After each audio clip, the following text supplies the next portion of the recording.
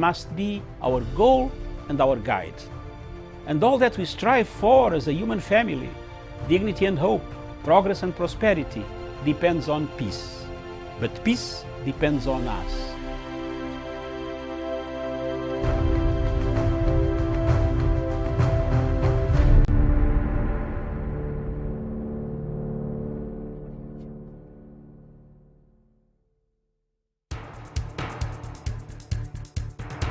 It is ridiculous and it is against the laws of nature that we can have somebody sitting pretty who takes home more money than the credible entrepreneur who is doing actual production of goods and services.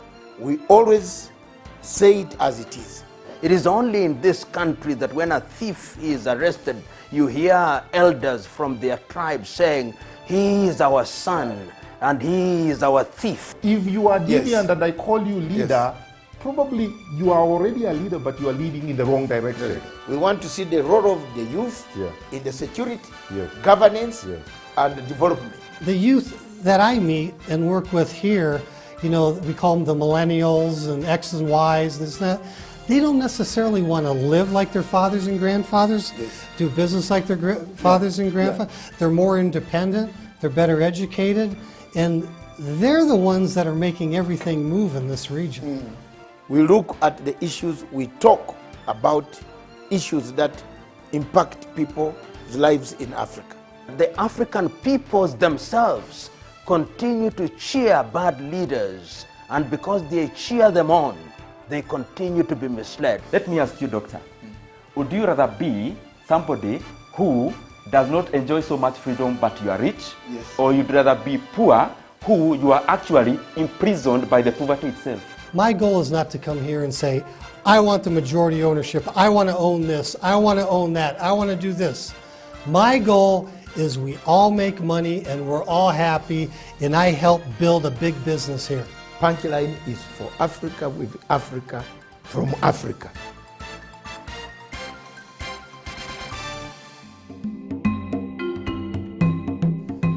Viewers, good morning. This morning I want to address the issue of Uhuru Kenyatta's legacy. The legacy of His Excellency President Uhuru Kenyatta of Kenya keeps on moving, keeps on going forward and forward. Since the handshake in 2018 that brought about the peace, the tranquility, the unity of purpose, President Uhuru's star has been rising. All over Africa, people are thinking of using the model that Kenya used to stop any form of violence, chaos on the streets after elections.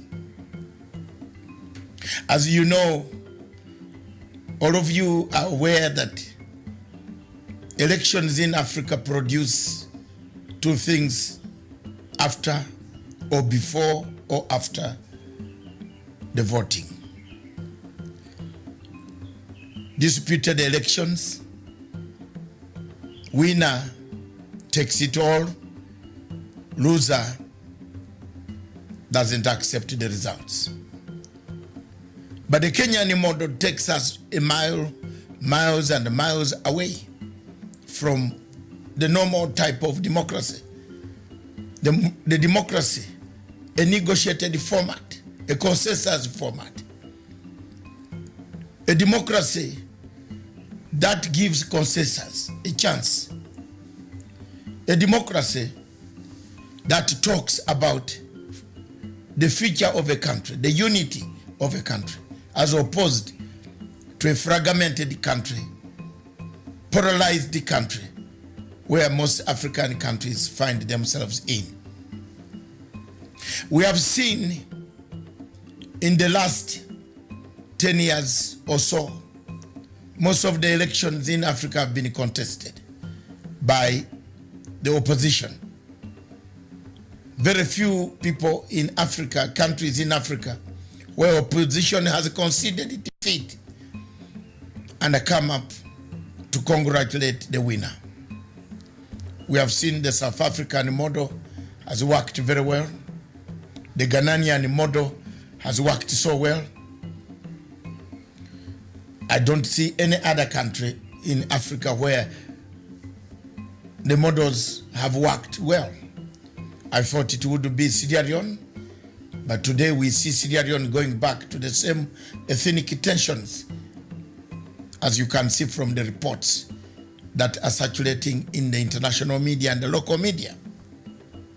So elections in Africa are contentious issues. They create a contentious position, create a departing point for the people of Africa, of that particular nation.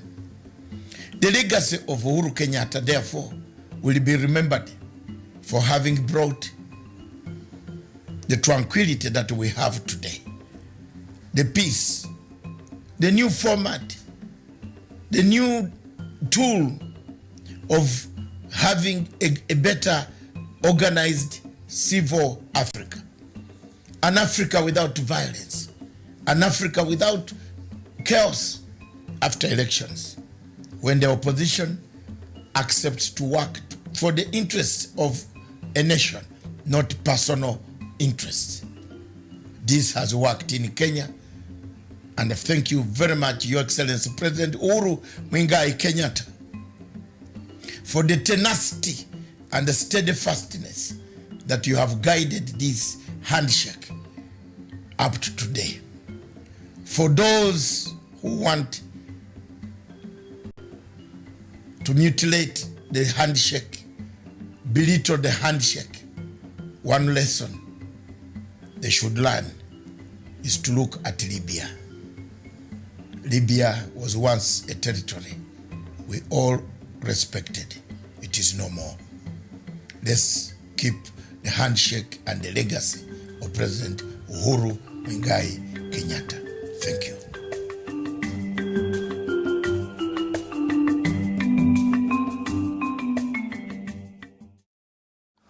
In the fight against corruption, it has been demonstrated throughout the world that unless you sustain the war, and it is a war, remember that there are individuals, not only in Nigeria, but throughout the world, who suckle from the breasts of corruption.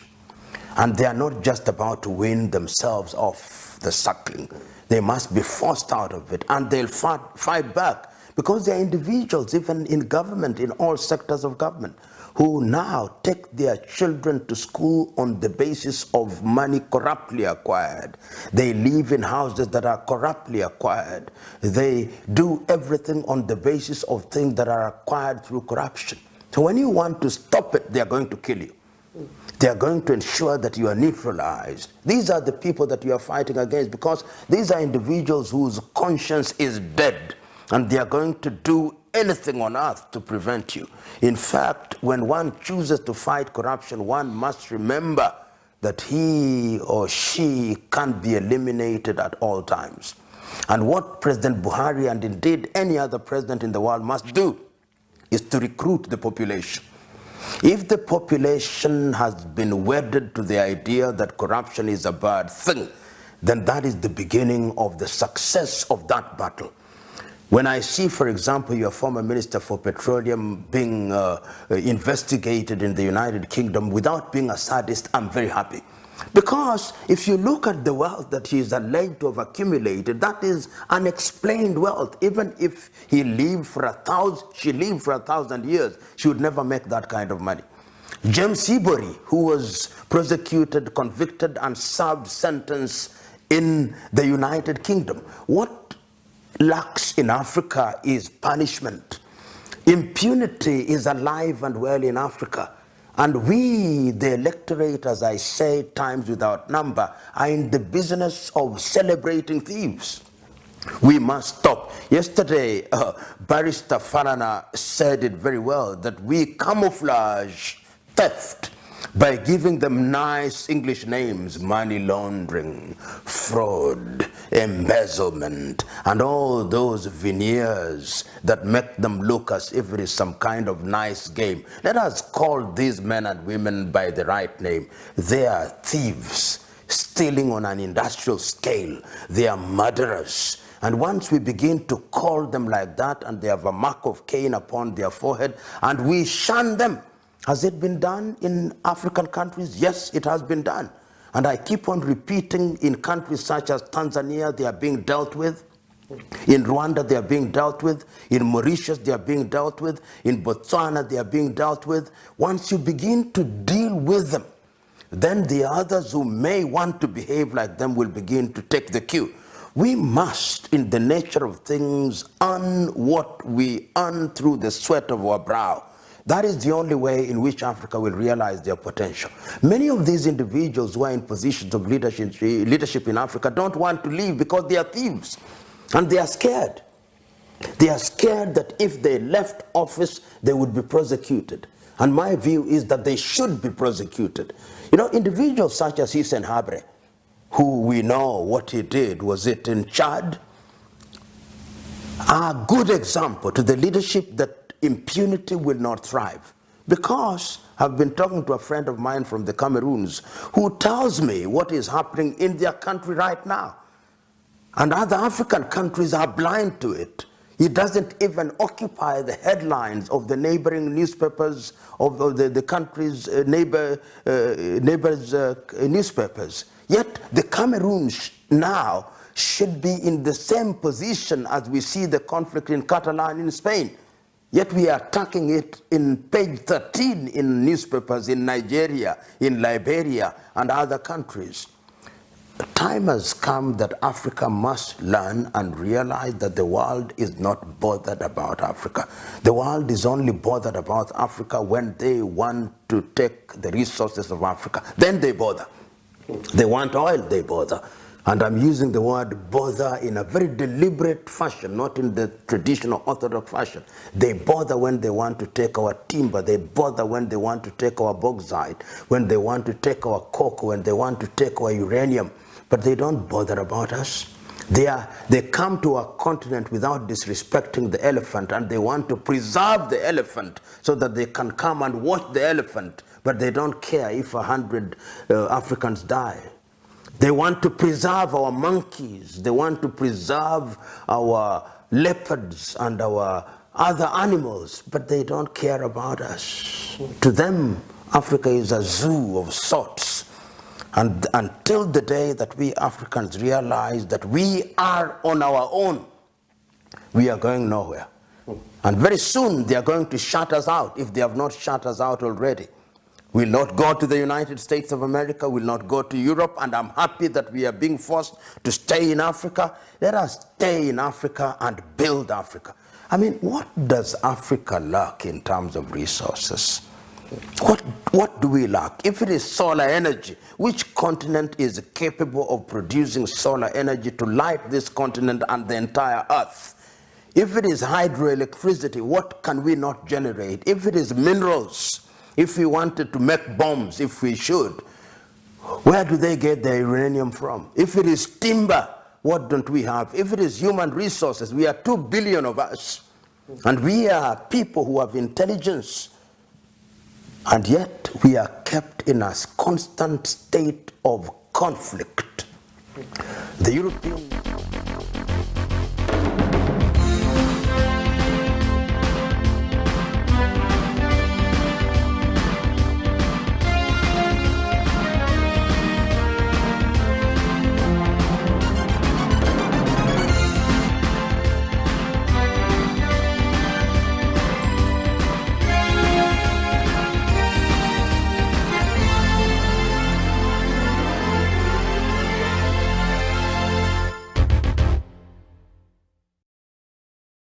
Good morning, viewers. Welcome to Punchline, Africa TV, broadcasting all the way from Nairobi, the Republic of Kenya. Viewers, wherever you are in the world, thank you very much for watching us, together with Miriam Ogutu in the studio, bringing you all this from Nairobi and in Berlin. Thank you very much. Our studio, I think I was looking somewhere else. It is Miriam again. But honestly, that I was looking in another direction. Thank you very much.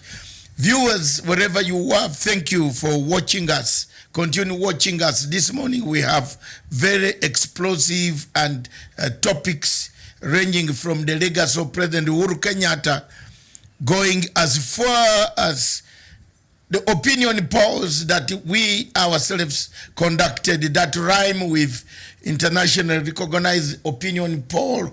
And then we move to is it the politics of handouts or politics of development? You have to choose between the two. Do you want to go to the side of handouts, or you want to ask to help President Uhuru Muigai Kenyatta to build a nation? That's it, point blank. Those who don't want to say it, don't say it. But some of us will say it to save the legacy of the president. Two things only. You want politics of handouts or politics of development. That's all the president is asking for. He's asking for people who can help him identify the areas where we have failed, where Kenya has failed, where Kenyans need help. The MPs who can come up and say, we talk about this bridge, but the bridge has not been done. Instead of the MPs who are telling us, going everywhere, saying we want this, we want power, power, power, power, power. This is what we want to discuss this morning.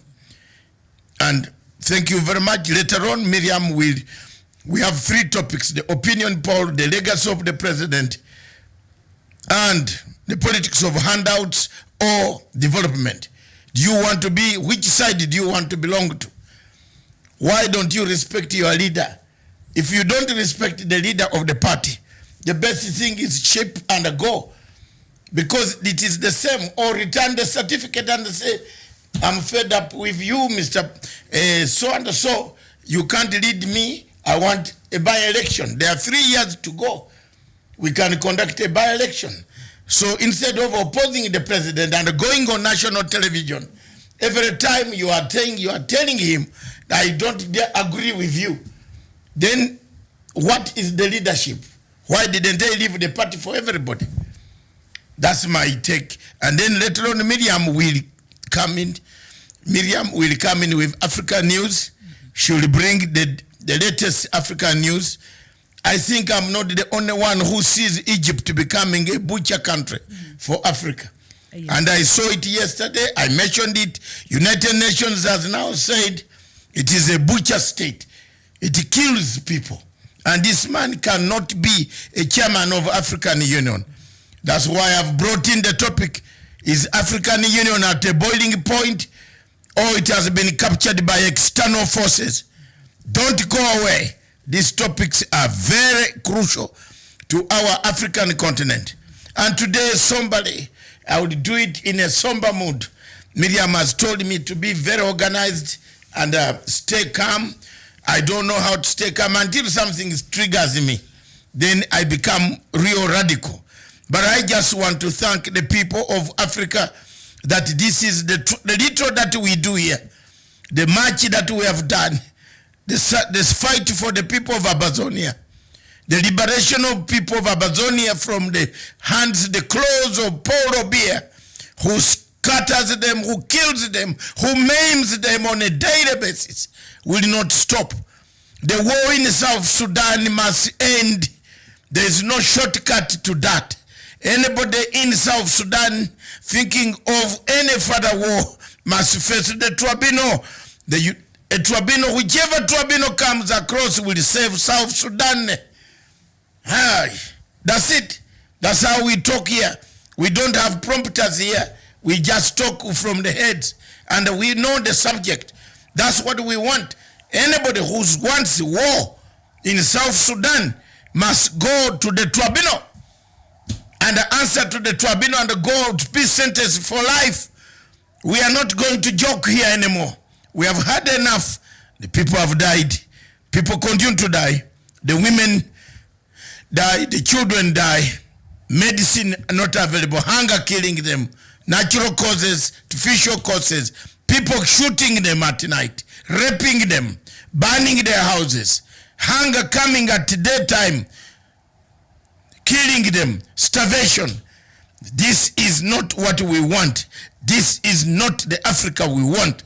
And anybody opposing that type of move must face the international tribunal where it is constituted, wherever it is. It must face that person, and that person face the tribunal to tell the tribunal why he has killed Sudanese, South Sudanese, and why he wants to kill them more, and why he wants the war there. That's it. Miriam, take it, and let's begin with our topic.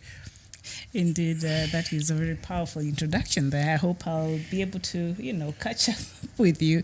The train seems to have left the station a while ago. Yes, it did. I'll play catch up. So thank you so much, and good morning to you, or afternoon, or good evening, wherever you're watching us, depending on where you're watching us from the world. Indeed, Dr. Matsanga, you've raised such pertinent questions there and issues there. And of course, the topics we have today are really in tune with what is even happening today in the country. And we've seen even in the papers today, the editorial that you pointed out earlier. Yes. Kenyans are tired of politics, and you've been saying exactly here over and over and over and yes. over. Mm-hmm. You cannot go on telling people every time you sit at the table with your wife, you are telling people, I want power. I'm praying for power. Praying. Even God get annoyed. Money is lost. Dams, money gone. Emerald, Kerero, whatever. Money is not seen. Another place, all scandals here involving Kenya Pipeline, KPLC, all these things are gone. They are stolen. A network of entrepreneurs, paper-feeding tigers. They know how to fill these documents, stole the money. While President Kenyatta was busy keeping the constitution, entrepreneurs went in to dig in for money. They have the money now, and they come back to tell us they are going to fight us. You can imagine that. You can imagine that. Why can't the president be annoyed? If me, an ordinary man who is not a leader, is annoyed more, you, an ordinary lady, a Kenyan who has 6 children, and you have 200 shillings in the pocket, then you have a person who has stolen and who continues to abate stealing. People who abate stealing continue to harass you, intimidate us, play politics of hostage politics, blackmail, intimidation politics. Oh, if we do this, the rift will be like this. That's intimidation. These are the things that took us to ICC. We are repeating them now. I'll speak with pain from my heart, because I did not know any of these members of mine. I did not know President Kenyatta. I did not know Ruto. I did not know Muzaura. But I knew Ocampo as a thug, a thief, a very bad thief, corrupt prosecutor who came to Uganda and took laws and left Bantu people standing, yet Bantu people also killed. You tell me, I knew that Ocampo. That's why I came down and I said, when I saw him doing the mess in Kenya, I defended these guys. I knew it. 2005, there are some Nicopumps and some malcontents who want to tell me that I was first imagined in Kenya. No!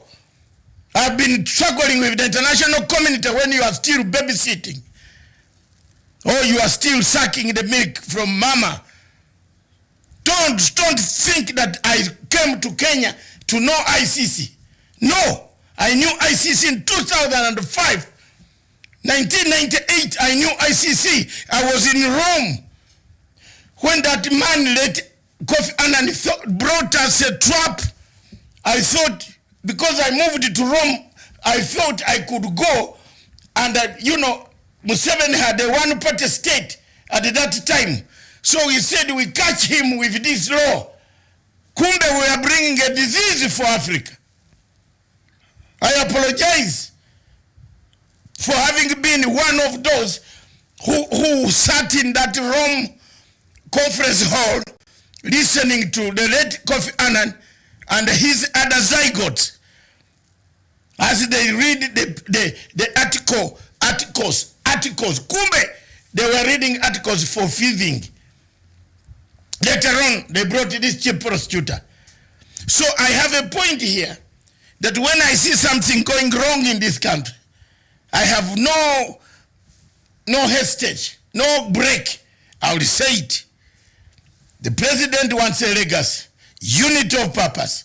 The words that we are talking now, that politicians have been talking in the last 1 year, could spark us to a violent route. Therefore, the train has to stop. Those who like the president can like him. Those who don't like, there are other democratic space. Why don't you have a democratic space and go and oppose him from far? And then you see the power of the state. Yes, test the power of the state if you are strong. Because some people, yesterday I told people, these groups are only concentrated in Mount Kenya and the central Kenya. Why can Moses Kuria carry his group and go to Zeme or Kisumu and talk about Tanga group or whatever group? Why? They fear. Now they have come back to the backyard of the president. It's hatred. That cannot be that you are doing good things. You can't be a friend. Then you go back in my house when I'm going to work and you start dismembering my house, telling my wife that this man is very bad. He spends money here and there. No. Hakuna. Yes. Kutisha watu hakuna. Wanatisha president every time. Mnamtisha ako na friends. The friends, he doesn't give us anything. We only want him because he's a Pan-African guy. One day, like me as an editor with 64 years, I can see a star rising. A star that can guide Africa. Not a star that is theft. All the time we talk about is how to do the deal, tender, do this, fly this, do that. Hey, what Africa is this? Some of us have tried money. It has failed. We have tried projects. I tried a nightclub. I tried a shipping company. I've tried so many things. Nightclub in London, where Africans used to come and then they go to the toilet and then they come to the counter to call me. You call yourself president of Uganda, come and clean. I've tried. This is the truth. And those watching from London who know me, that's what I do. I did a living. I earned it nicely. The little money that I got is where I live. I got it not through theft, through hard work. Then you tell us through theft you have amassed. Then you tell us you are all right. Theft. Why is it? Kuna kucheza na watu sasa. It is too much. If you don't like the president, pack and the ship. Yes. Alice Wahome says does not like the president. Then go and oppose him from outside. But don't demean his character. Then you expect him to come and beg you when you have demeaned him in a rally, saying we don't know, we like it, so and so. It is human. If in this office where we are, this studio, I start saying I like Miriam is my best, other employers will start getting annoyed. I'm not your best. You are my best. Yes. Best half in crime. But that is, thank you very much. So, In Africa. In Africa, yes. Some of these things, these are the things that Kenyans must discuss openly. the legacy of Uhuru says unity. He wants to leave. You who wants the presidency, wait until 2022. Handle a united Kenya. Have a united Kenya. Lead it. I don't care who comes after that. I'm an African. If you want me to visit this country after 2022, I will come. If you don't want, you will also leave one day. There are people who laughed at me that I'm a refugee. But today they are refugees. Jonathan Moyo is here. He's running around in the plane dodging the government of Zimbabwe not to arrest him. But he used to laugh at me. He wanted to kill me. Is he not a refugee now? He's a refugee. So many people. Many Ugandans who started with Museveni enjoying, even hunting us down like a Besigye. What is happening to him? He's being beaten dose by dose. But Besigye was the one who crafted all these laws that Hanti Matanga face Obote back, face Obote movement, FOBA. This is Besigye. We have not forgotten, but we have forgiven. We have moved on. Our people, our fathers were maimed. We have moved on. Jermaine, your nation needs to move on. The president is only asking, please, please give time. Opinion polls yesterday said it all. Miriam, take it over from there. Yes, indeed. There was some opinion poll here that, you know, what we've been talking about, 80% of Kenyans are in support of the handshake. And so that has made the president, I think, yesterday from what the State House Speaker, what you're saying, Kazedena was saying, is that the president is planning to have tours across the country to preach peace. And also and the development agenda. Development, peace, and the unity. So you, Alice, prepare yourself. Go and argue with him on the ground. Go and argue with him on the ground. Go and argue with the president and say, Mr. President, you have come to Kandara constituency. Yes. But you are telling a lie. Then mjue. Yes. Hapana ya kutisha watu.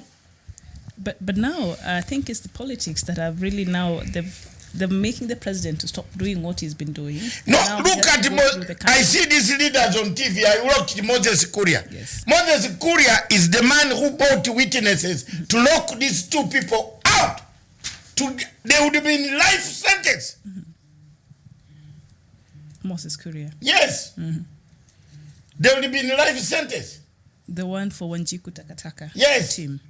But why Wanjiku Takataka? John Clark, thank you so much for that. So here is what the Daily Nation says this morning. A State House has dispelled claims of a rift between President Uhuru Kenyatta. That is what Kanzedena said. But she also said yesterday that the President's Sunday speech, which was delivered in Kikuyu language, was an open and clear statement that there was no time for politics, but to deliver on the pre-election promises of development.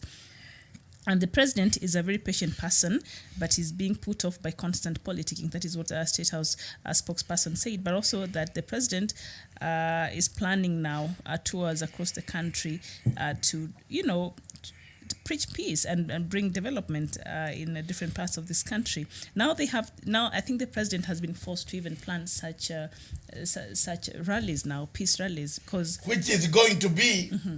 I think if people have been waiting for a tsunami, there comes a tsunami. You know, the type of actions that people are doing here are equivalent to Idi Amin. You know, when you have leaders imitating Idi Amin, you know Idi Amin used to do these type of things. Look here, this. This is the Idi Amin style, mentality. You got a mentality of Idi Amin. You be careful, Kenyans. Be careful. You know? Be careful. And I'm an editor, I see far. I see a danger. Where our youths will be turned into radicalized and are told that there is a class that is different from our class. That is very bad politics. That's very bad politics. Surely, that's politics of a very dangerous person. A person who comes and sees your shirt because you grew up in a poor place and because someone had a shirt and says, me, now I also have a shirt, but I remember you try to associate with others. That's bad politics. Mchunge kabisa nyenye wa Kenya. Be careful. These Idi Amin traits, anthropological traits of Idi Amin. Idi Amin used to do so many things. Even a guitar, even what. You know, he started doing those type of things. Hey, you people have never seen much. All right, so and I'm just warning as I'm a friend of Africa, and as a Pan-African, the boundaries are not limited. Zimbabwe can give me a platform to speak. Tanzania can give me a platform to speak.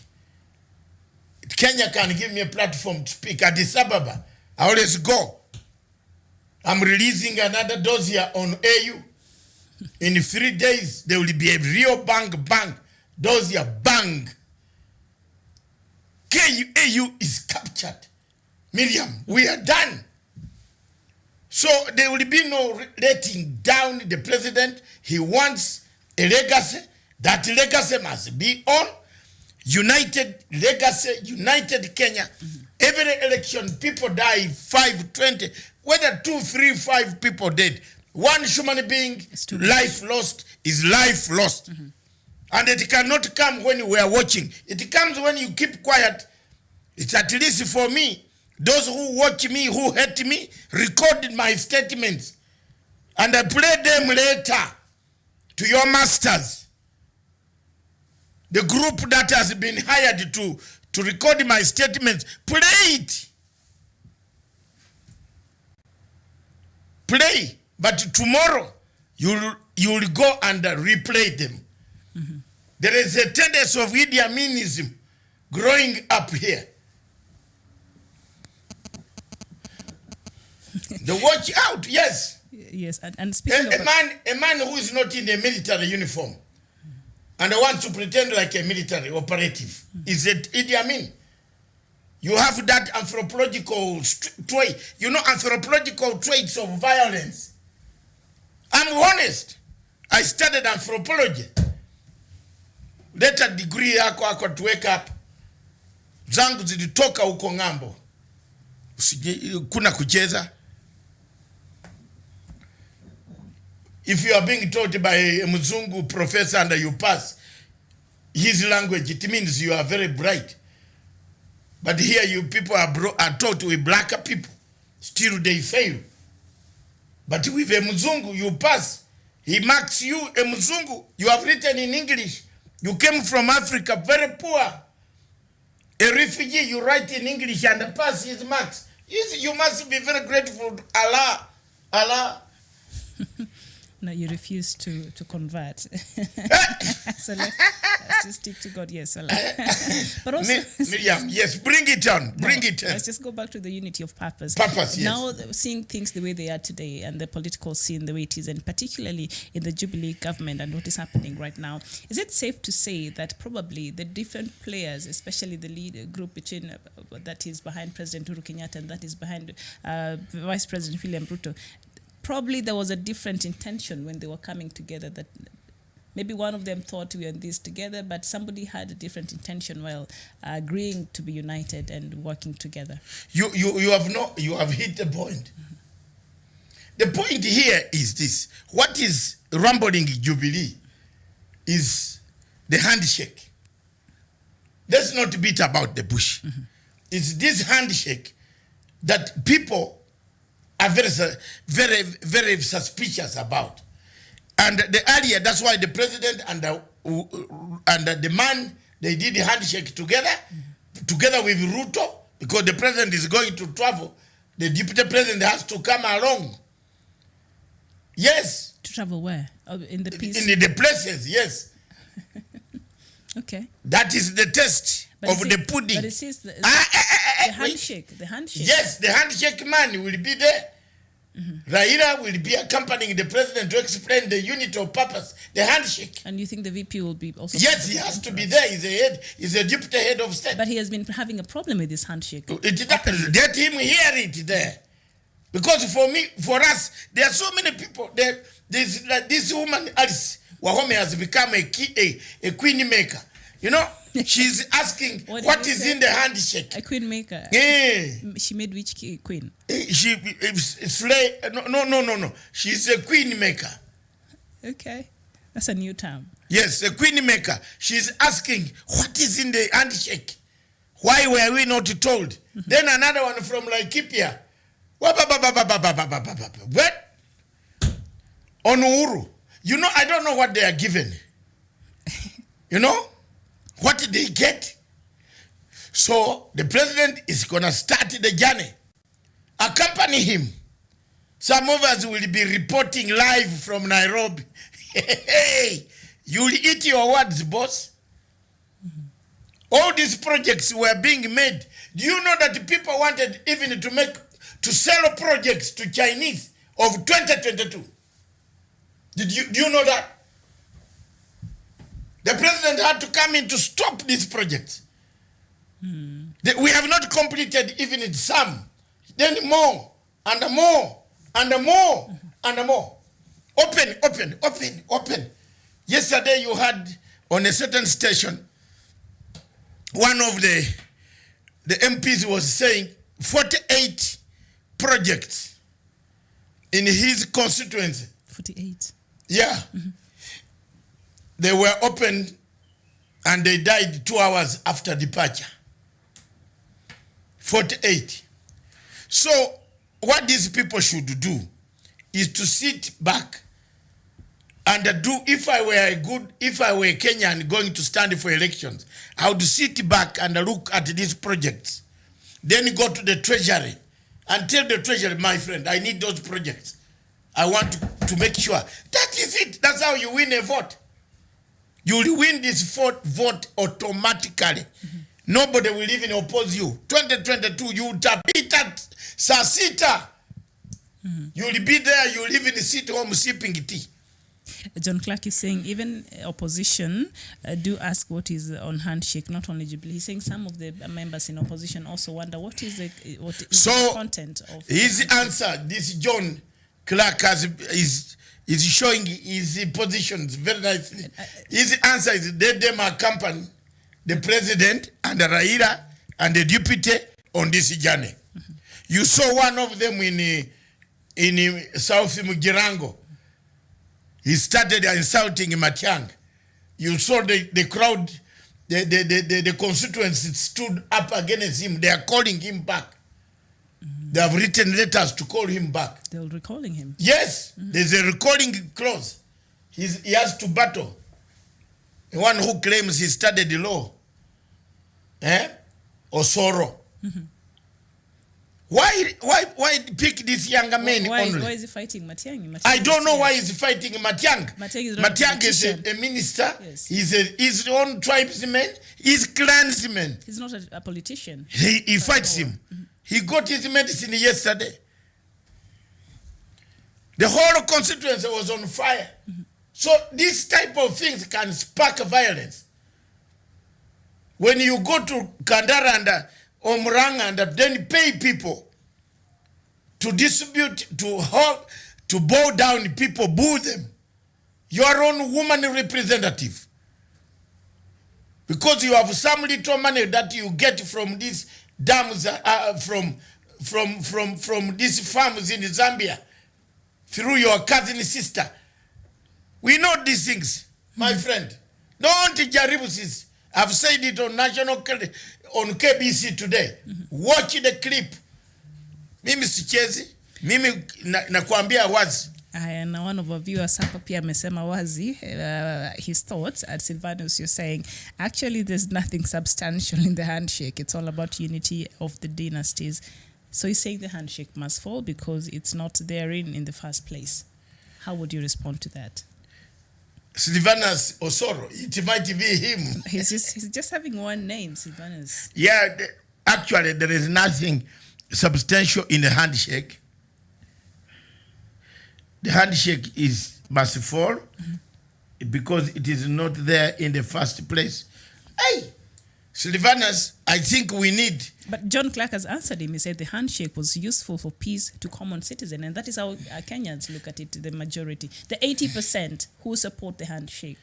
Because there was a poll that was carried out a few days ago, and the reports indicate that 80% of Kenyans are behind the handshake between President Uhuru Kenyatta and opposition leader Raila Odinga, and they actually appreciate the sort of stability and peace that the handshake brought to this country after a very tumultuous time Kenyans had. Who doesn't? I do. I do Me, too. I could not be speaking to some people. I do too. Yes, I do. I can land in Kisumu airport and wait in the waiting room. I have not yet gone outside yet. But those days, if the plane says it is going to land in Kisumu, I could divert it to Lake Victoria port of Entebbe. You know why? Yeah, that's the truth. The handshake. There were certain places in restaurants in Nairobi where I could not go. But now I go. I like eating meat.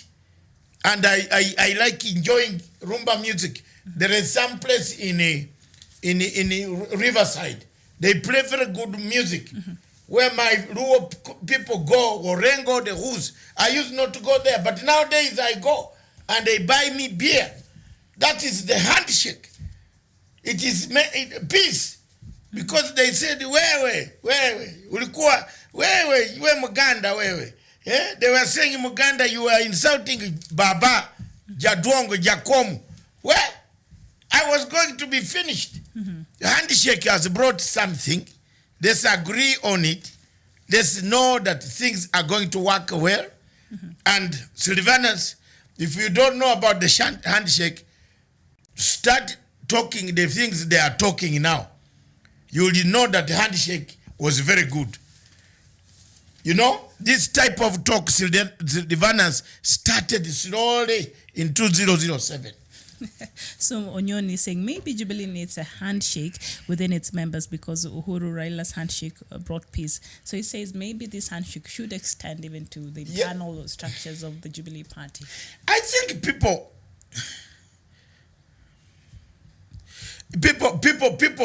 were not very comfortable. No, even in the opposition, remember some Tandla members, and the radicals, yes, the people who thrived on the enmity of Raila and against Uhuru, yes, and Uhuru against Raila, those people are not happy. They lost. But yes, the people who had one aim. Me, I disagreed with Jacom on one principle. And when that principle was not there, was done, my disagreement with Jacom was he's an elder. The two guys are younger. So I even told him Yes. in the sauna here, when we were in Kembiski, that why don't you just advise, don't follow the route of Miguna. He's going to spoil your history. Africa will not like that one. You can take power, you know, forcefully, violently, but people will talk behind your back. You see? Yes, and Renard Sambai in Tabo, you're saying it is too early for campaigns. Please let these people give us a break. A break, exactly. Every Kenyan is saying so. The percentages are somewhere here. I've been trying to, actually it's what I've been looking for. It is on in the standard. It was in the, Yes. I keep confusing. The percentages of how many? 86, I said 90% of Kenyans. My opinion poll was very clear. Yes. 90% of Kenyans. And here it was, I think, 80% that supports the, where is it? I read it somewhere here earlier. 86% of Kenyans said they like the handshake. My opinion, after reading 600, testing 6,000 people, it is said 90% of Kenyans, 90% of Kenyans were happy with the handshake. And also in the Standard newspaper editorial today, it says, tone down political rhetoric and let the country heal. And just a few lines for that. For those who had worried of the increase in politicking about 2022, President Uhuru Kenyatta's loud demonstration with politicians from his backyard on Sunday couldn't have come at a better time. President Kenyatta angrily rebuked politicians, especially from his Jubilee party, during their Corino National Convention in Nairobi for undermining his drive for unity and development in the country. The political temperatures have been rising day by day. In fact, there is where it's not for 2022 is a calendar year. Visitors to Kenya will be excused to think 2022 is the name of a popular person or a place or even a food joint. So politics of 2022 have been made part and parcel of our day-to-day lives, and Kenyans are tired of that. And so the editorial, they are saying it is time that these campaigns should be really be toned down, and Kenyans would agree with that. Kenyans are really tired. Any Kenya you ask, Kenyans are tired of the daily politicking in the country. But also something else that we need to talk about, just in the Kenyan political scene, the politics of handouts and development, Dr. Matanga. And remember what really Auma Obama during that launch of her Gonya Gonya. Gonya. It's the politics of Gonya Gonya. And is it that is Gonya Gonya, yes, the handout. Because is it a culture, a very bad culture that has been instilled in Kenyans especially, that has made even this political and this church rallies and whatever to really thrive, because they know they'll find people there who that is the only thing they want. After this, we want some money.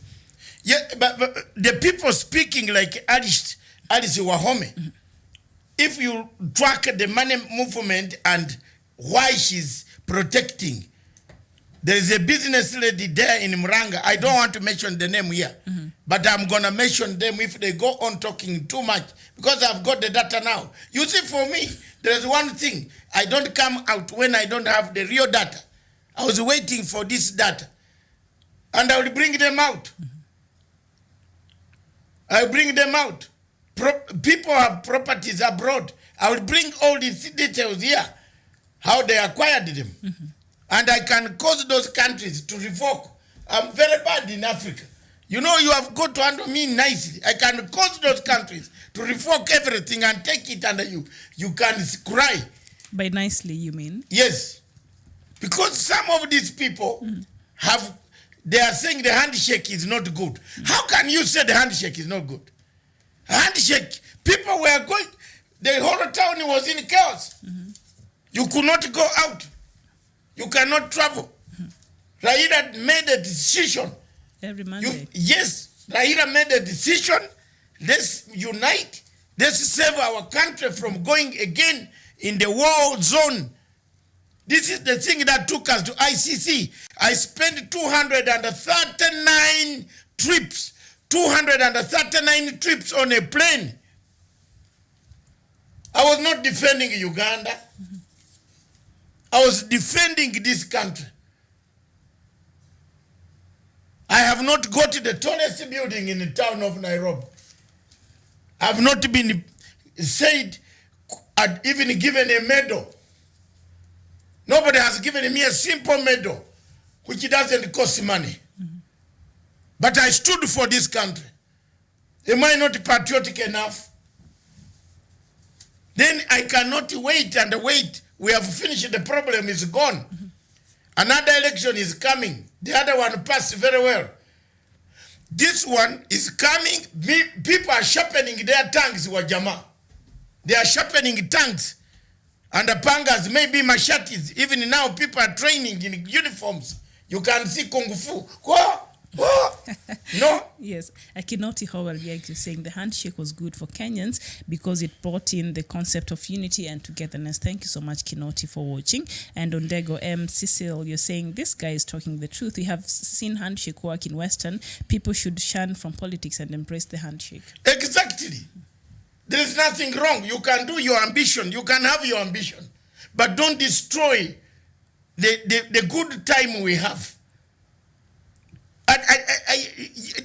Honestly, the good time. Our trucks, I have a business, a truck business that used to come from Rwanda up to the coast. When this chaos was in Kenya, the trucks stayed 4 weeks. A driver, you are paying each driver. They had 2 drivers. You spend over 200,000 shillings on the drivers enjoying, sleeping in one place, enjoying under security, guarding those trucks.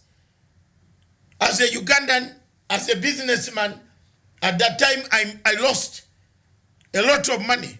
People think that I'm here on this TV. Yes, I had my trucks and I lost. They stayed there in Malaba across. Yeah, it affected a lot. Yes, people did not want to yes. cross over here. So when the handshake finally came, the economy of this country, why we are even crying about the debts, people have not seen the problem of why the debts are here. The debts are here because the economy of this country suffered heavily because of the post-election turmoil that we had. The 2 elections caused by none other than a very dangerous Chief Justice called C.J. Maraga, who should leave. This is another revelation.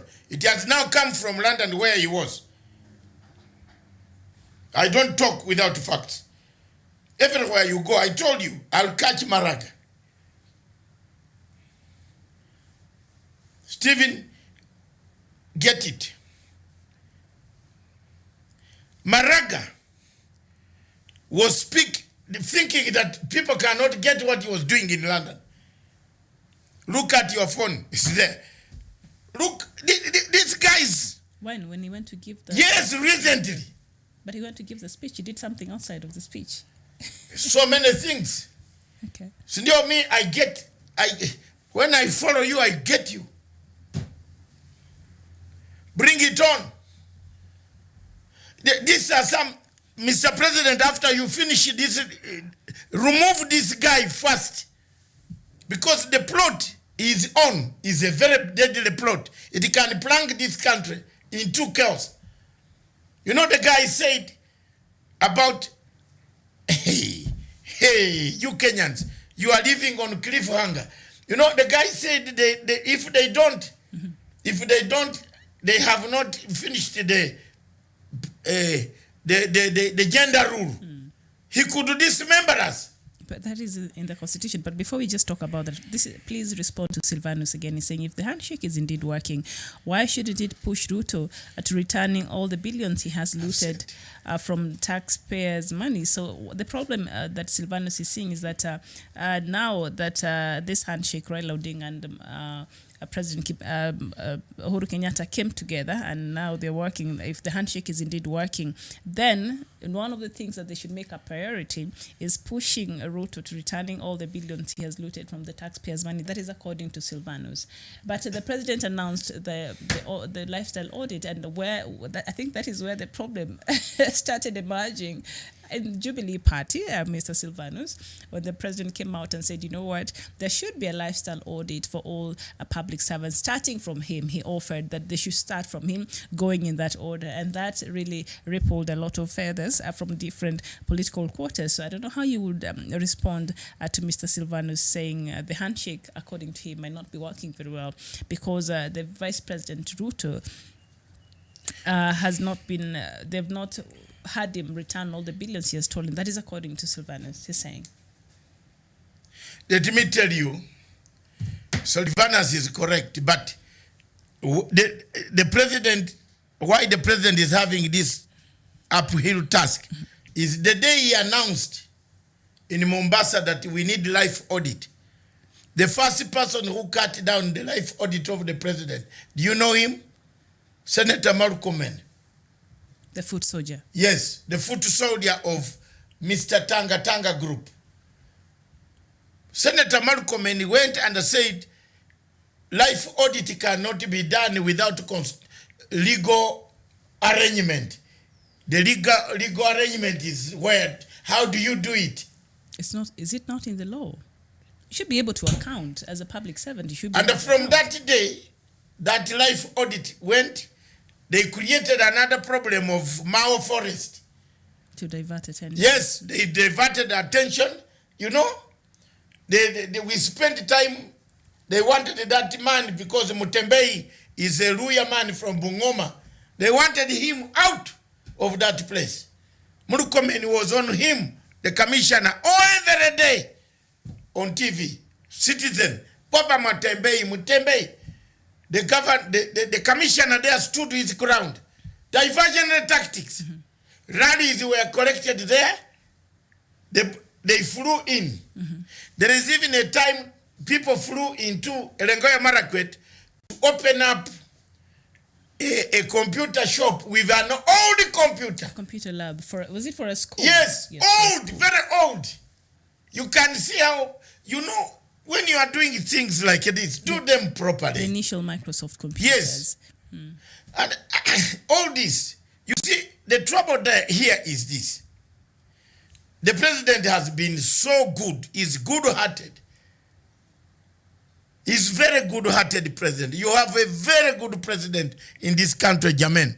Some of us are not in our countries because of the type of presidents we have. And the heart they have. Yes. And Kama, if Museveni has hated you, that's the end. He will never change. You can see, you can even try to go to his conference when he comes to London and you sit in the conference. You have even come to support him. He points you out. In a negative way. Yes, he said like this one here. So, that type of hatred, you are lucky people. You have a very good president. I'm telling you the truth. You have democracy that is... Yes. That is still a I went to a conference of business people in London. Because I had a restaurant, my nightclub, therefore, London Chamber of Commerce and the United Kingdom Chamber of Commerce. They invited us. President Museveni was the keynote speaker. And here I am, little man. By then I was not in fat like this. Well organized. Outside the conference, there were hundreds and hundreds of thousands of Ugandans wanting to eat his blood. So he sneaked through the other behind the door to address the conference. So me, legally, I paid my money, 500, and the card was given to me. I reached the gate to enter. Mr. Busho, I hope you are Naganamanya Busho, his intelligence officer in London, had told the MI5 that I'm a very dangerous man armed. In London, you can imagine. These people search me everywhere. Then I said, why are you, the Bazungu stood to say, why are you searching this guy, man? You know, there's rule of law there. Then, later on, guess what they said? There is nothing wrong with you can go in. So I go in, I take my seat. The conference had seats. A member who had paid had his seat, was there. So I started listening to the speech of the president. The president started very well, spoke well. Uganda is free for investment. There is every hope you can come. These are about 8,000 Wazungu. So the chairman of the panel said, any questions? I put up my hand. I said, Your Excellency, thank you very much. It is indeed Uganda is endowed with a lot of rainfall and the climate is so good. And resources. Resources you can. But one of the problems that Uganda has, and Mr. Chairman, is that there is a war that has covered 3/4 of our country. Oh, what? I brought fire on me. Museveni stood and answering back. I have never forgotten that day.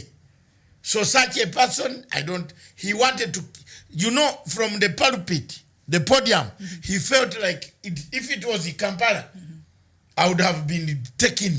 And beaten. Yes. Like Bessie. No. He went on me. And he did not know that he was speaking in a democratic space. He said, people like this one here, this Matanga, this man here, this man has been disturbing. You can disturb us. The anger, I saw the man bring the anger on me. I said, today, what did I touch? A live wire. I withdrew. Then he continued. And Mr. Chairman, for us in Kampala, in Uganda, we deal with these people perpendicularly. We squarely. We eliminated them. Hey! So several Bazungu now, point of order. They are now saying, point of order, Mr. Chairman. Is it true the president should withdraw that word of elimination? He said, when the weather, the temperature, the sound, the voice went down, he even brought another one. We don't, there's an American word he said, he used. We liquidated them. You can speak here. Hey? So the chairman found it very difficult to continue with the meeting. He said, this meeting has been adjourned for at least 40 minutes. Take coffee and so on. So now the over 800 Bazungu Americans, they came for me. They said there is no way we are returning into this conference unless the President of the Republic of Uganda does what? Apologizes. So Samuel Gerere was then a Minister of Foreign Affairs. Samuel Gerere called me aside. He said, I know you are a UPC member and I'm a DP. Please, what you do, don't go back inside. Because the situation, the conference is going to divide itself. Or if you go inside, sit very far, don't speak. So I told Samuel Gerere, but this is not Uganda, where you can threaten people. You threatened us, then you have followed us here. This is the true story. The man now, when he came back in the second round, he said he needs to apologize. Anyway, I want to apologize, but I just want to tell these guys that some of these guys like that one, again on me. No, this time Bazungu said, no, this meeting cannot take place. I met all the news agencies, CNN, BBC, they came for me instead. I drew a very big crowd. So I said, outside there was a crowd chanting, he go down, over 2,000 people outside. So when they heard this news that Matanga is being harassed inside, they wanted to break the gate to come inside. So forget about this man, what is he, Bob Wine? He can't mobilize better than me. And that's why I am like this. I shook hands with the president, that's the end. But I'm a very good mobilizer. I used to mobilize not 2,000, not 20, not 200. Many Ugandans listened to me and they could come. We surrounded the Commonwealth Convention Center. It was under fire. Police, British police with horses. It's not a joke. Because we wanted just to grab him. He grabs us there. We wanted him. We had found a ground where you can grab him. He had to be taken through behind the doors. So I know what it is when it comes to such type of things. When you see this type of politics happening now in Kenya, you get worried. Yes, and John Clark is saying, my opinion after handshake, each leader should have gone back and carry on with their own business without following each other like lovebirds. the president with his deputy and opposition leader go on a sideshow till new election is called for. So John Clark is having a problem with the bromance between the brothers. They are now referred to as the brothers, President Kenyatta and opposition leader Raila Odinga. So he's not really into this bromance between the president and Raila. Sylvanus is still on the billions. Yes. Sylvanus is disappointed like myself. The tiger roared, wait. You know now, this 100 shilling note, 1,000. People are still now, they don't know how to change the money. Those who have the money, this pain, this temperature is coming because of the money. Have you not seen that? People are annoyed. There's no money in the circulation.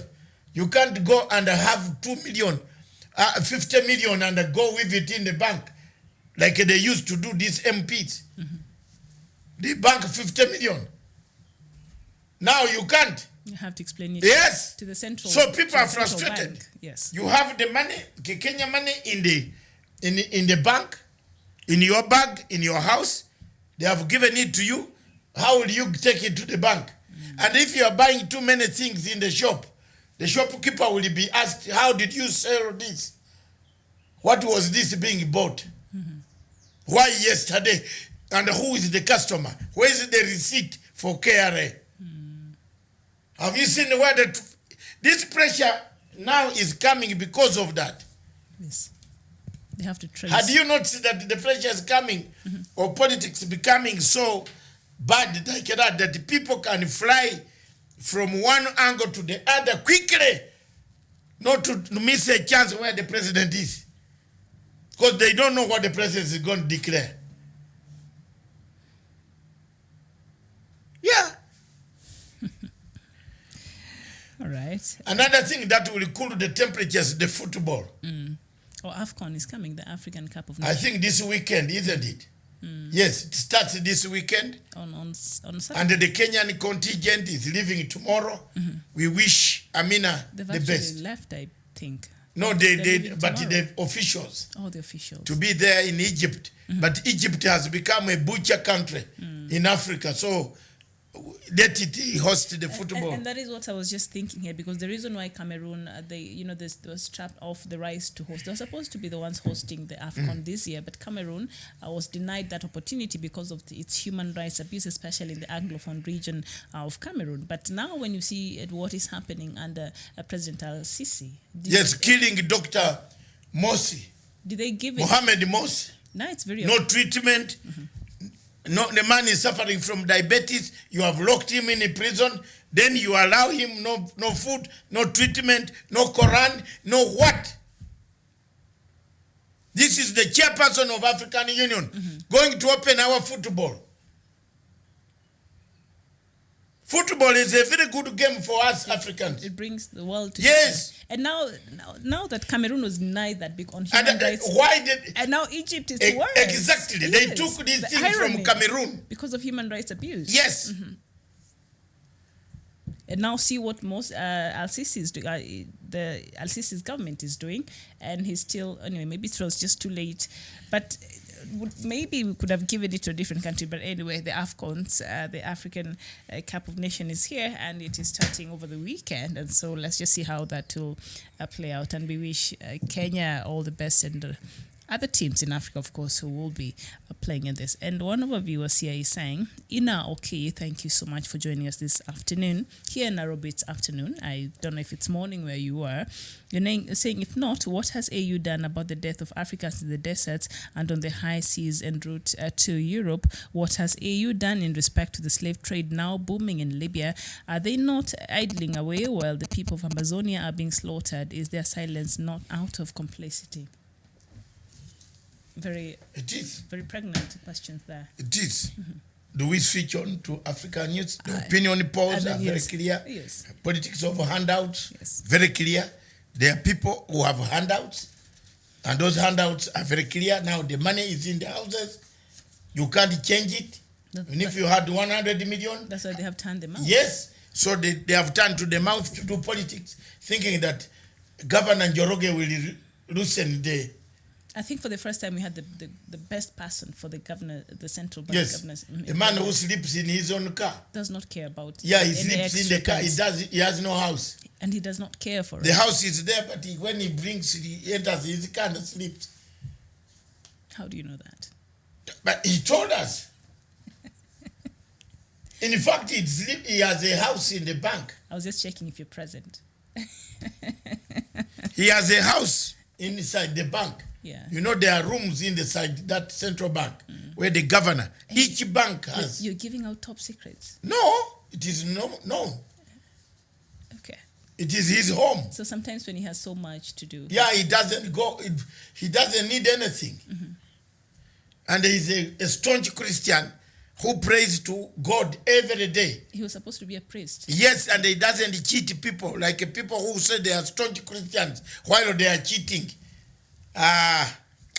Let me not go to church, man. Because if you meet such people, you meet Kisirani Kabisa. Okay. In your church. Yes, am I telling you a lie? I'm listening. You meet people who have already stolen. And they are in church. They are taking sacrament to this. What is it called? Sacrament? God said, "Just come as you are, Jesus." Yes. Maybe the more you go as you are.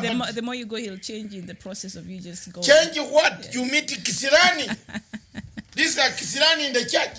Let me pray from my bedroom. Don't use that as an excuse not to go to church.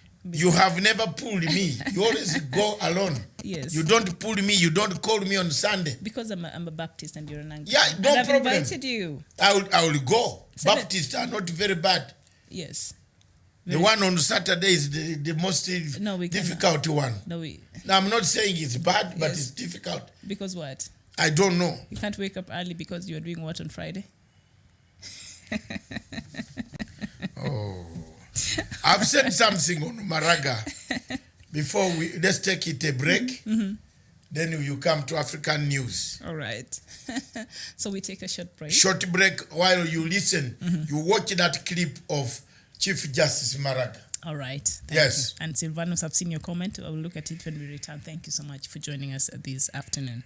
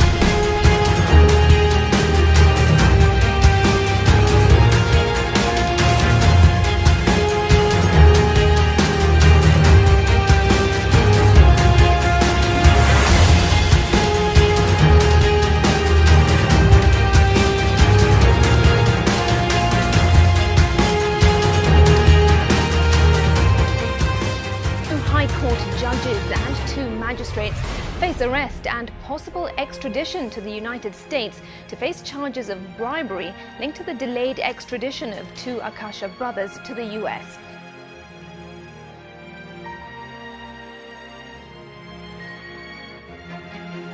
Judicial services will this year be severely affected as a result of the budget cuts.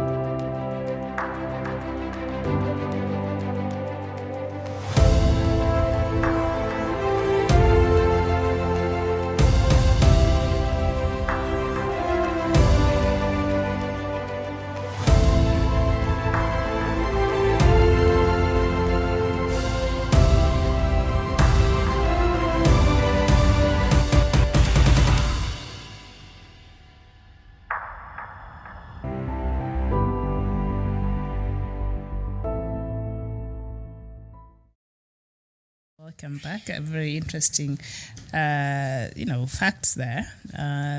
But right now, I'd just like us to go straight to what is happening in Africa this afternoon, and then later on we'll just look at them in depth with Dr. Matanga, and then we'll get to our topic of the day, which is African Union at a boiling point, or is it captured by external forces? Judging by what has been going on in the continent and the position that Mr. Al-Sisi, who is the African chairperson, has found himself intrigued, even being mentioned in some of these crises that is happening, including Sudan and also in Libya, and being the chair of the African Union. Where does this leave us as African states that are part of the AU? And also, has it been captured, or has it even reached its boiling point? That is something that we'll look at and we'll talk about when I am done with the African news headlines. So let's just go straight to it, and we start with Egypt, where the United Nations has called for an independent investigation into the sudden death of the former Egyptian President Mohamed Morsi. The UN Human Rights Office said the concerns had been raised over the conditions of Mr. Morsi's detention, including access to adequate medical care and his prolonged solitary confinement. Mr. Morsi collapsed on Monday while appearing in a court on spying charges. He was buried overnight with his family in attendance. And still on Morsi's death, and while the news of the death of the former Egyptian President Mohamed Morsi has attracted widespread Arab and to a less extent international media coverage, it has not received much attention from newspapers in Egypt. On Tuesday, there was almost no front-page coverage of Mr. Morsi's death in Egypt's major newspapers. Instead, the news was reported briefly on the inside pages, which are usually devoted to monitoring criminal cases. The report made no mention of Morsi's status as either former or an overthrown president. There was no official statement from the Egyptian presidency or El-Sisi regarding Morsi's death. And in Uganda, more than 3,000 people have crossed into Uganda since the start of violence in Ituri province in the Democratic Republic of Congo. The UN's refugee agency, UNHCR, has said hundreds of thousands of people have been displaced within the Democratic Republic of Congo following fighting between the Hima and Lendu groups. New arrivals in Uganda are being screened for Ebola as parts of Ituri have experienced an outbreak of the disease. And in Mali, attacks on two villages in central Mali have left at least 38 people dead. The victims are reportedly mostly from the Dogon ethnic group, and Monday's attack on the Gangafani and Yoro appear to be a latest round of violence in a series of ethnic clashes. And in Ghana, more than 30 shops owned by Nigerians have been locked by unidentified men in Ghana's second largest city, Kumasi. This follows a long-standing row with Ghanaian shopkeepers who accused Nigerian traders of selling inferior products. And in Cameroon, residents have shown mixed reactions after an 8-month curfew in northwestern Cameroon was lifted, with some families saying they enjoyed seeing more of their husbands and fathers home early. The curfew was originally enforced to contain Ambazonian fighters who were inflicting heavy casualties on security forces, but it also encouraged men to go home early instead of staying out with friends. And in Kenya, a Kenyan court has postponed the judgment of 4 people charged in connection with 2015 massacre of Garissa University, where 148 people were killed. Chief Magistrate Francis Ndai said he had not finished writing the judgment and he was still going through submissions made by defense and the prosecution's team. The ruling was expected to be heard from 10 a.m. today, local time. And still in Kenya, Kenyans living in the United States have been thronging the Kenyan embassy in Washington, D.C. in the last few days in a rush to register for Huduma number ahead of the Thursday's deadline. And in Angola, Angola has placed under house arrest another close ally of former President Eduardo dos Santos just days after the ruling party MPLA made charges in its ranks meant to entrench President João Lourenço's hold on power. The country's political court on Monday placed under house arrest the former head of information and security of the army, General José Maria, who held the position for more than 30 years under dos Santos. General José Maria is charged with embezzlement of restricted military documents and equipment, as well as insubordination. And in Burundi, the East African state of Burundi has suspended the country's last independent civil rights group, accusing it of disturbing peace and public order. A ministerial order seen by AFP on Tuesday applies to an NGO called PASAM, which campaigns for good governance. The activities are suspended indefinitely, according to the document signed by Interior Minister Pascal Barandagie. And in Somaliland, authorities in the breakaway territory of Somaliland on Tuesday closed 2 private television channels after accusing them of inciting violence. A station manager and a press rights group said the police shut down Hoyal 24 TV and Arial TV channels in the capital Hargeisa. Mohamed Osman Maire, the director of Hoyal, said. And in the DRC, the country's army has sent a battalion of troops to oust illegal miners from land worked by a majority-owned Chinese company, the military has said. And we go back to Cameroon, where a man has been handed a 2-year jail term by a court in London for posting messages on his social media accounts calling for violence in Cameroon. Ganye Quadricol, a Swedish national of Cameroon origin residing in London, was sentenced on June 13th after he pleaded guilty of 5 accounts of encouraging terrorism in Cameroon. And in South Sudan, the reconstituted Joint Monitoring and Evaluation Commission says it has noted that the permanent ceasefire is holding across the country. Under Chapter 7 of the new peace accord, the commission is mandated to monitor and oversee all aspects of the implementation of the agreement. And Ambassador Agustino Njoroge, who chairs the committee, said that they have received a progress report on the formation of the Disarmament, Demobilization and Reintegration Commission, which is tasked with absorbing former soldiers into civilian life. And still finally, in South Sudan, the Minister of Interior has confessed that some of the traffic police who have been harassing road users in Juba are criminals. Some residents of Juba have repeatedly been complaining of harassment, intimidation and extortion of money by both traffic and security officers whom they act outside the law. And that is the news latest from Africa this morning. Thank you so much for joining. So the Interior Minister of South Sudan comes out during, he was being giving a statement on the state of security in South Sudan and confesses that actually some of the officers manning the roads in South Sudan are criminals. I told you. I think we shall avoid talking about South Sudan. Yes. Because it is a sick country. Yes. Meanwhile, Nganga said I should say Salamia Wewe. Okay, anyway, George Nganga from the United States. Can I just respond to that very personally? Thank you so much, Ganga, and good morning or good evening to you. Yes, why personally? Because yesterday I think you sent another shout out and we were so busy with the news we did not get to respond to that. And Sylvanus. Oh, yes, I could read that too. Up there, just before we went for the news, Sylvanus, you said, I started listening to Matanga the day he was with Boni Halwale on a Kenyan TV discussing Mumia Sugar. One thing I know is that Matanga is always having facts on his fingertips. How he does that remains a mystery. Great man. Thank you. Thank you very much, Sylvanus. Thank you very much, all of you. That brings us to the end of the African section. Yes. Analyst Miriam has a question for us. Yes. We would like to switch on the diaspora topic discussion today is African Union. Is it at the boiling point or has it been taken or captured by external forces? Can we just start with the chairman of the African Union? Yes. And what is happening? Egypt. Yes. Can you believe that even newspapers yesterday did not even mention Morsi on the front pages or even refer to him. Even the little articles that were contained in part of the newspapers, they're inside like page 15, 16 in there. They did not mention him as a former head of state or as a former or an ousted former head of state. Nothing, no mention. They just, of course, tied him to the Muslim Brotherhood. America is keeping quiet. America has kept quiet. You know, they've been against the Muslim Brotherhood. Because of the Muslim Brotherhood. But the truth is, and the truth remains, Egypt is heading in a bad direction.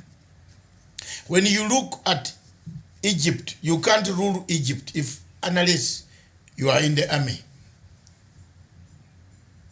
The only president who tried when he was not in the army is the one who has just died.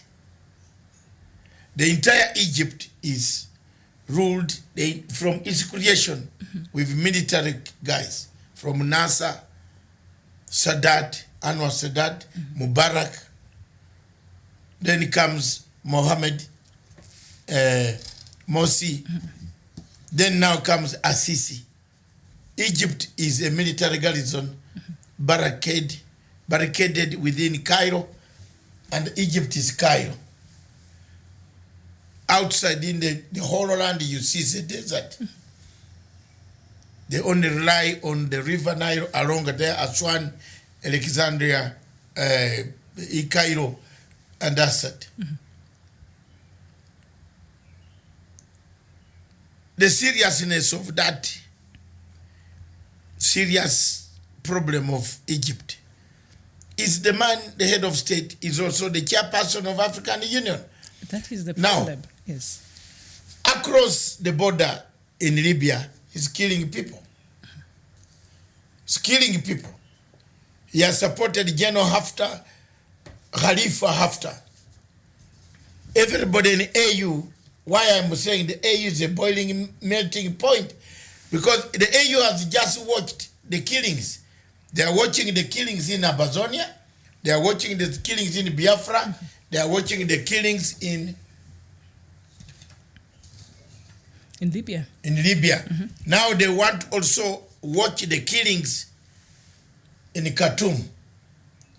And soon they might watch killings in Eritrea. And some killings are happening right now in the DRC. DRC Congo African yesterday, Union, yes. Yes.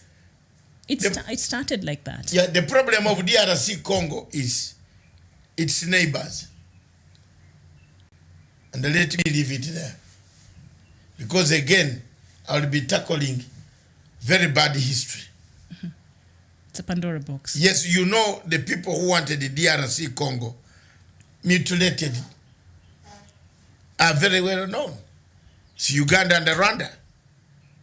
So whatever problems are happening there is those two countries, they have a problem now. They want to divert the problem by causing trouble that will bring them together to go to Congo.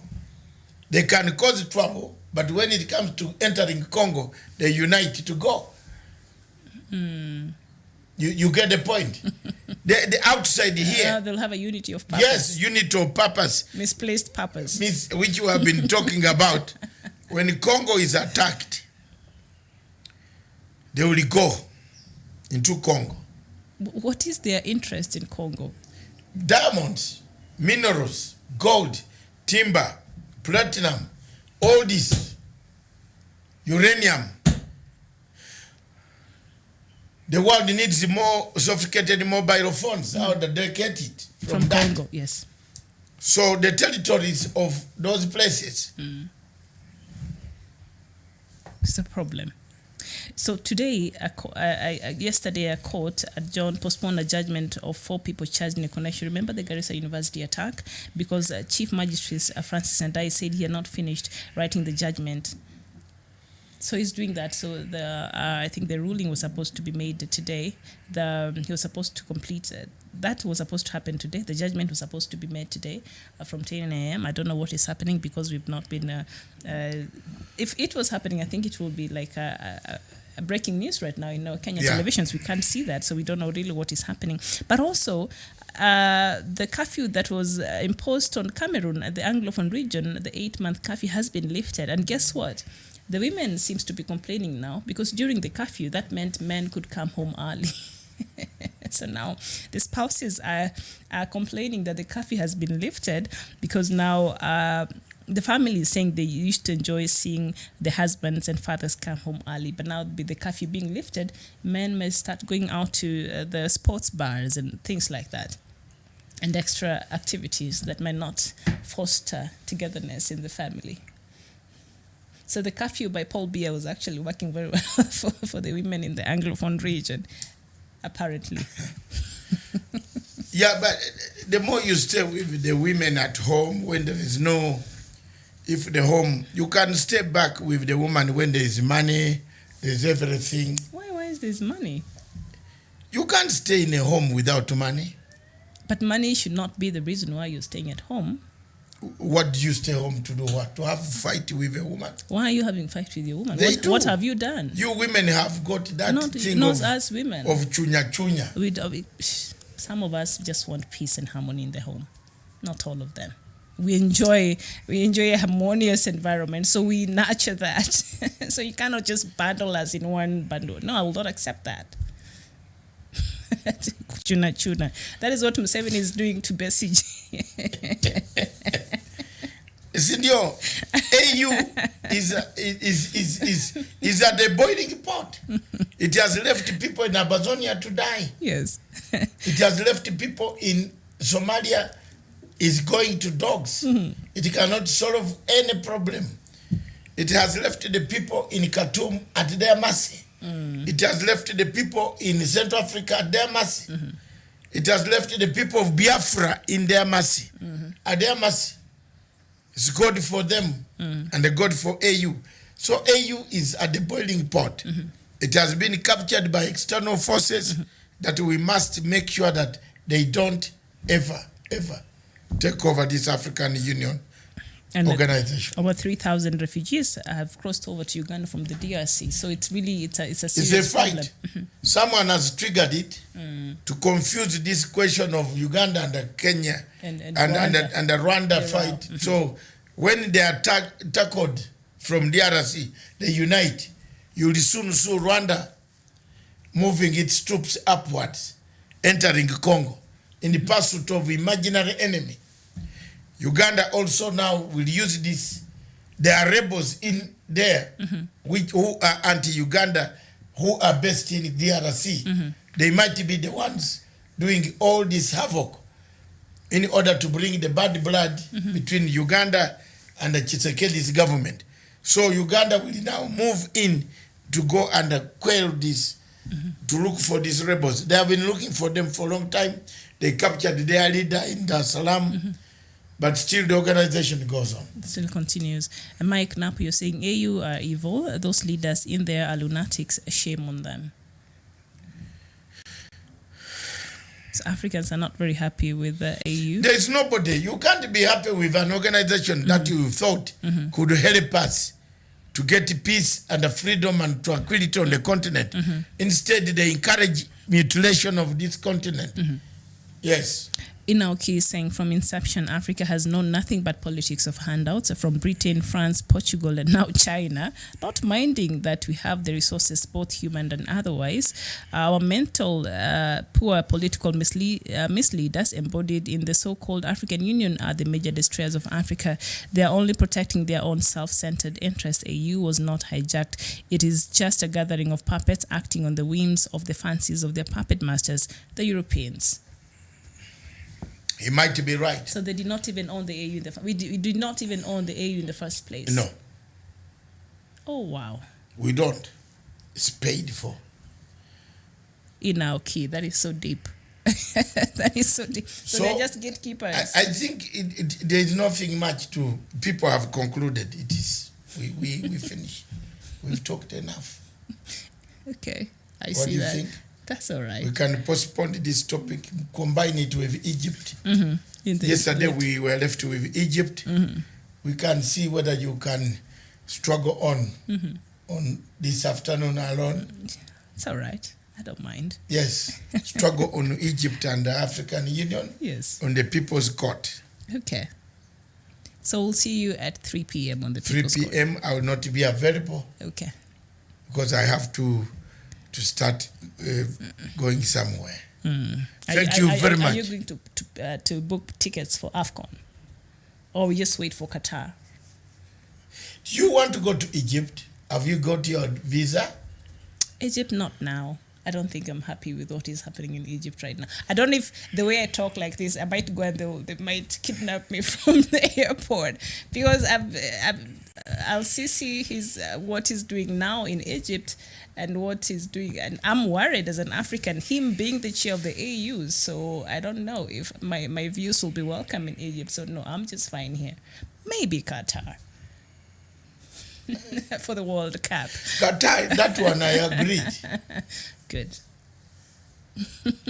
I agreed we shall go. All right. Or you will go, sorry. I will go. All right, good. So we'll see you in our next broadcast. So we want to thank you so much for your company and for engaging with us today and for making this show a success. So we hope to see you in our next broadcast. Thank you so much.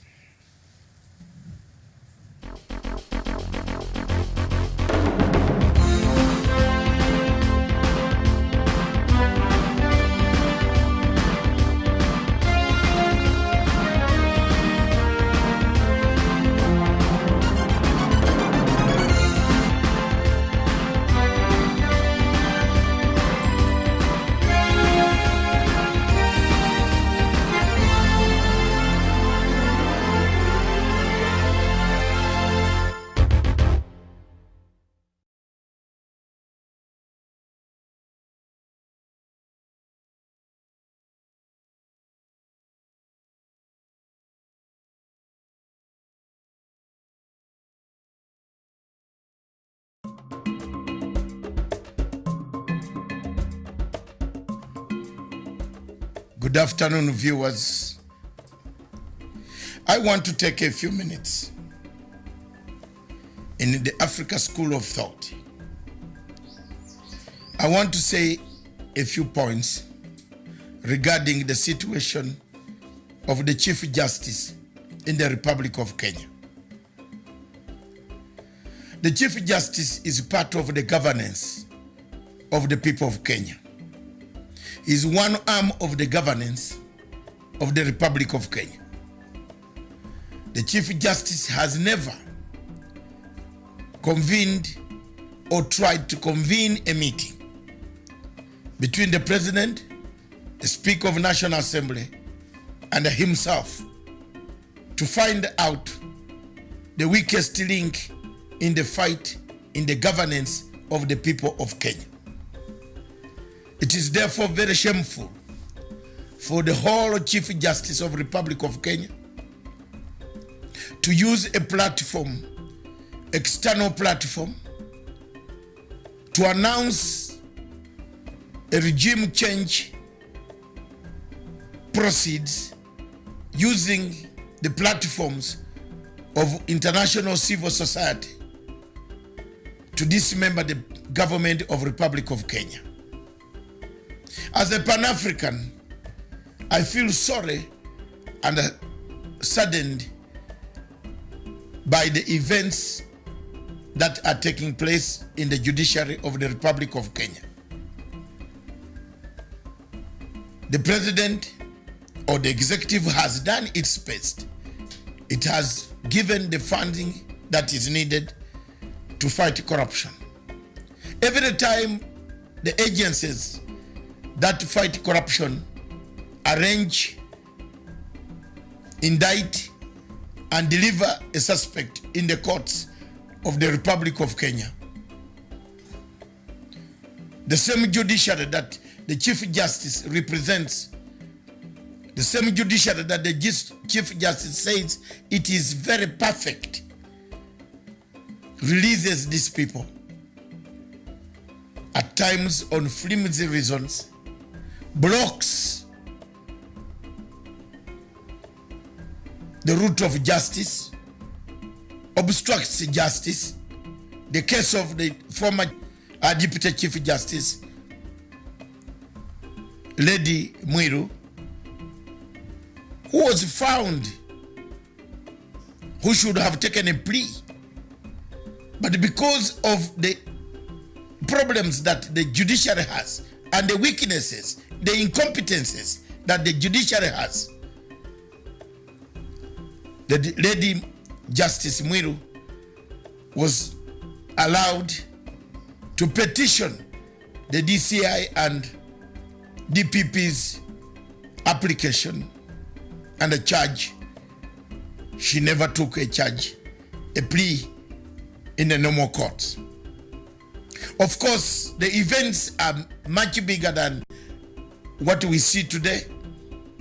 It is sorry state that the Chief Justice is the one who can mention about failure, yet the word failure is actually associated with the judiciary of the Republic of Kenya.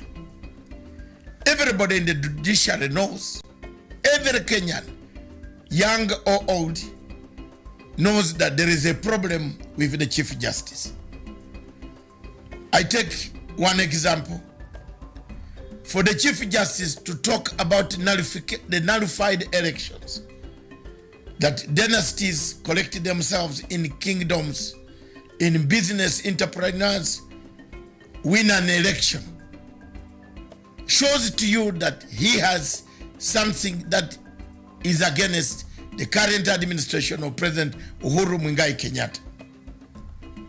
I therefore call upon the international community not to listen to the side that actually weakened the fight against corruption in Kenya, but help the Kenyan people to fight corruption.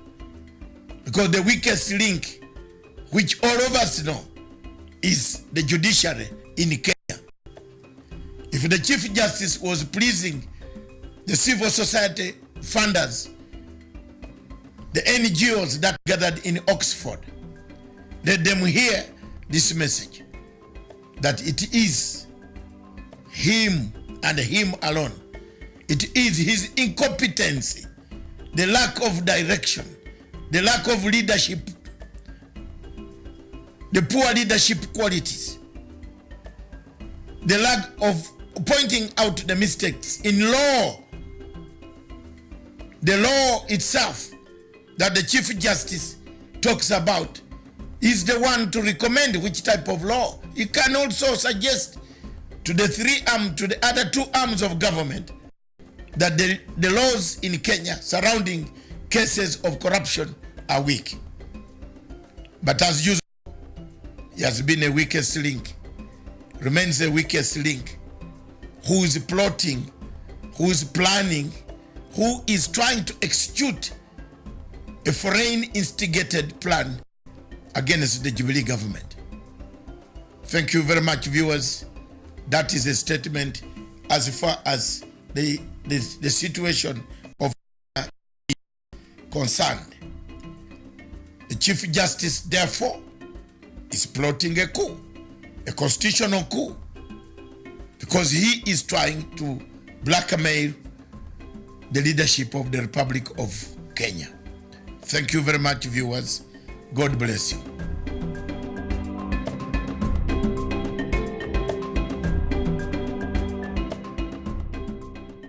First of all, let me thank you. I've prepared 2 papers which I believe will be circulated because they'll not be projected. But if you can see, first of all, I want to agree with the Honorable Minister. I've done 2 pictorials. One of them is described as Africa at the dinner table. And if you look at Africa at the dinner table, Africa is on a plate and it is meat. And the diners at the dinner table are France, the United Kingdom, the United States, the European Union, the Chinese, and progressively the Arabs. And my second picture is the African hotspots. It's not visible from there. But if you look at Africa today and you make a clean sweep with your mind, there are different conflicts of different intensity in Somalia, in northern Mauritania, in northern Mali, in Central African Republic, Democratic Republic of Congo, Guinea-Bissau, in the Cameroons, in South Sudan, and one can go on and on. And there is a sense in which Africa has always been alive to the question of interference. I will refer this audience, particularly those who are starting, to take time and read the 32 odd speeches that were made in the month of May 1963 by the then heads of states and government of independent African states, the 32 of them. And there are 2 speeches that I want to isolate for this presentation. One was by David Dacko of Central African Republic.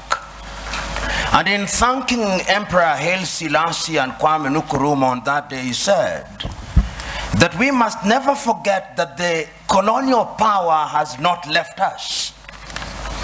We must recognize that he did not go willingly. And if we don't check them, they'll come back again. And what would little Central African Republic do against them? Today, he is right. Today, if we remember the activities of France and how they have propped up the regime of Jean Bedel Bokassa, he was right.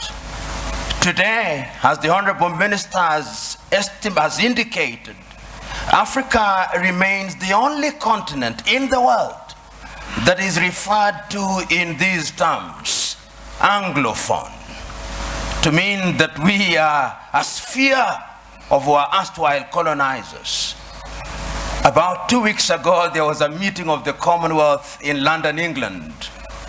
And a friend of mine who is an Anglophile sent me the photograph very gleefully, saying this is a meeting of 53 equal states. I told him, no. If it was so, why is it that the leadership of the Commonwealth is hereditary rather than rotational? In other words, in the minds of the British, her former colonies are still under her tutelage. And I want to submit to us that in the minds of what I'll call the conceptual West, they think they have a divine duty to instruct Africans what to do. True. And in the minds of many African leaders, they think that they have a divine duty to accept what they are told. That, in my view, is what the Honorable Minister was talking about, the mindset. And this is something that has been examined. We have seen France and its very pernicious presence in Africa. We know what they did in Burkina Faso against Thomas Sankara. We know what they did in Mali or the Sudan against Modibo Keita or against Sekou Touré in Guinea. Pernicious to the core. The Portuguese, we know what battles had to be fought in that area. And let me put this very bluntly. When the former leader of Portugal, Marcelo Caetano, was asked, why can you not allow the colonies to gain independence? This is what he said in substance. As I have examined world history over the years, the following have emerged. That the Caucasians have been responsible for monumental discoveries in the development of man. So have the Chinese, so have the Arabs. But the Africans have been responsible for nothing. They are only fit as hewers of wood and drawers of water. And I want to submit to you who are present here that in the conceptual West's unguarded moments, or guarded moments, that is what they think. And that is how they relate to Africa. So the whole idea that they will interfere is something that they think is their God-given duty. I said there were two speeches in 1963 that I wanted to refer to. I referred to David Dako. The second one was the speech by Kwame Nkrumah. And Kwame provided the solution. He did not complain about colonialism. He said, we must live here with one army, with one command. We must live here with one currency. We must live here with one currency, one country. I do not know where its capital will be, but I suggest Leopoldville or Bangui. Other leaders may have their thoughts. Kwame was right, but who listened to him? Several years down the line, and I've said it in my paper, there were coups d'etats which were engineered, there were mutinies which were engineered, and other forms of destabilization. And I want to believe that the person who actually said it very well in the 1980s was the former American President Ronald Reagan. He said, the United States of America does what is in her best interest. And I agree with him. Does Africa do what is in her best interest? Do African leaders do what is in the best interest of Africa? Interference will be there in very blatant and brazen ways and in subtle ways. I've always asked, until very recently, how many African countries manufactured bullets? Very few. Until very recently, how many African countries, in fact, how many African countries manufacture jet fighters? How many African countries are involved in the arms industry? Some of the leading conceptual West countries which pontificate to us about prizes, peace prizes, are the leading manufacturers of landmines. And if you look at their foreign exchange earners, it is the military and security items. So they say with their mouths, what do they not believe in their hearts? In Kiswahili we say, vita vya panzi furaha ya kunguru. That when the locusts are fighting, it is the joy of the hawk. Because when they kill each other, they get the food easily, dead. It is in the best interest, I dare submit, without fear of contradiction, that the elite in the conceptual West does not want Africa to stabilize, despite their assertion to the contrary. And you'll see it in every country, because conflict is a major industry. Today, you look at South Sudan and the many peace conferences that are being held, but if you ask who supplies the arms, who provides safe havens, it is the conceptual West. And when I use the term conceptual West, I'm saying that it extends to countries which are geographically not in the West, like Australia or Canada. So I'm submitting in answer to your question, Joe, that interference is there, and it is part, to use this old cliche, of the neo-colonial project. The neo-colonial project requires that Africa must remain within the sphere of influence of these states. Today, if you look at the United Kingdom, which has left Europe, one would have thought that those are their cousins and that they should sit in comfort with them. You will now see their involvement being de-emphasized in Europe, and their interest and appetite growing towards the Commonwealth. Because in the Commonwealth, they are the major domos. They'll tell us what to do. In Europe, they have to grapple with the Germans and the French, and they don't like it. That is the unspoken bit of it. The French also are in Europe, but the Germans are too strong, and they don't like it.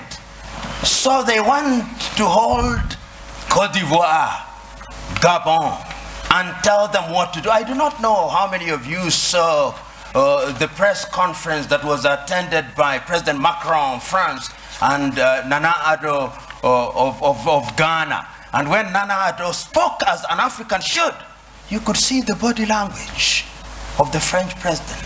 How dare this man speak this way? In other words, I'm saying that interference is the mother's milk of European economies.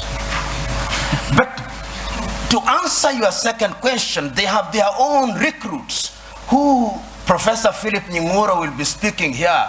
To use the old vocabulary of those days, they are the people you call their comprador bourgeoisie. You must remember. The comprador bourgeoisie are Africans with black faces, but essentially they are doing the bidding of these powers. They are the ones you'll find them in different spheres, and they will be present. They are in your cabinet, but they are actually representatives of the foreign intelligence agencies of those countries. We know this. If you look at the declassified papers from the United States, we now know that some of leading cabinet ministers in many African countries were working for the CIA or some Western agencies. So you are sitting in cabinet, and in these days of the mobile phone, they are possibly texting their masters in Europe and America.